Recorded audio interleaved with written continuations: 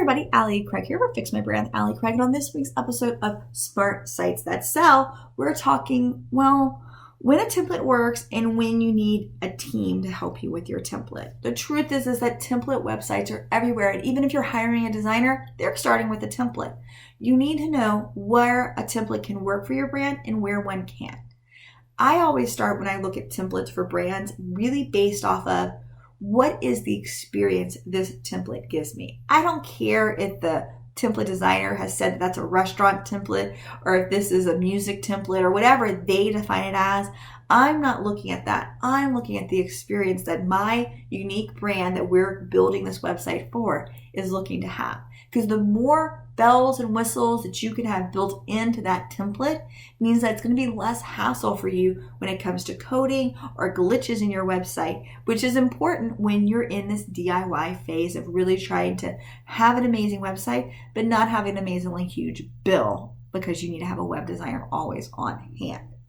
Now, once you can kind of discover a template that works best for that, then you can begin to have a team help you customize certain elements of it.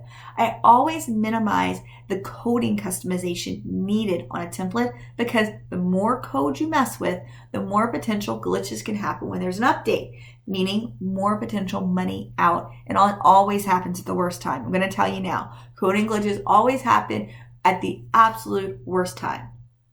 So when you're looking at how to up-level your template, think about the photography, think about the video, think about those elements that are technically standard, but your team can help you up-level those visuals, so it doesn't affect the coding or the security of your website, but yet affects the experience your audience has with your website.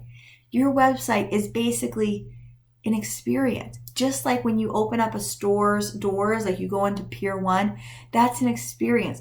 The smell, the sights, the sounds, the way everything is laid out is an experience for the shopper.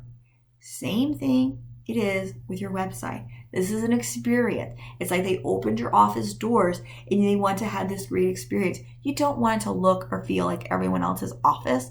You want it to feel like you and your brand.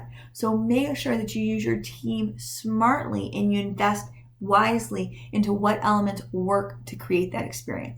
Sometimes you may need some custom coding, but most of the time you just need support in creating better visuals that can get your message and up-level that experience for your audience. And in the end, that creates a great experience while minimizing your risk of having glitches happen to your website, because glitchy websites are no good for anyone.